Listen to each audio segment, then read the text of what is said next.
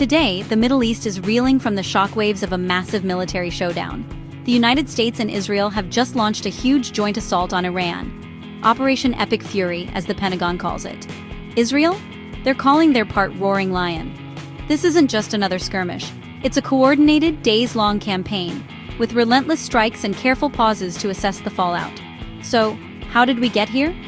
Well, after months of tense planning, and just hours after what looked like promising nuclear talks in Switzerland, the missiles started flying.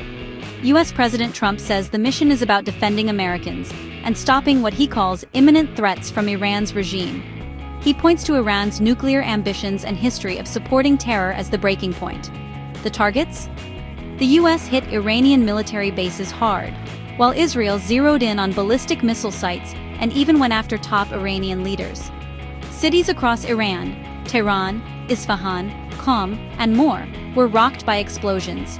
In the capital, blasts echoed through the Pasteur district, near the supreme leader's residence. Smoke billowed from Iran's intelligence ministry. It's not clear if any top officials were actually hit, but the message was unmistakable. Iran wasted no time hitting back.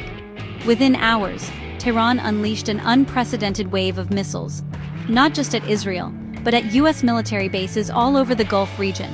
Tel Aviv and Jerusalem heard explosions. American bases in Qatar, Bahrain, UAE, Jordan, Kuwait, and Iraq all came under fire. While most missiles were intercepted, at least one civilian was killed in the UAE, and a US Navy facility in Bahrain took a direct hit. Across these countries, sirens blared and people raced for cover. The leaders are not holding back. President Trump called for regime change in Iran, urging its people to rise up.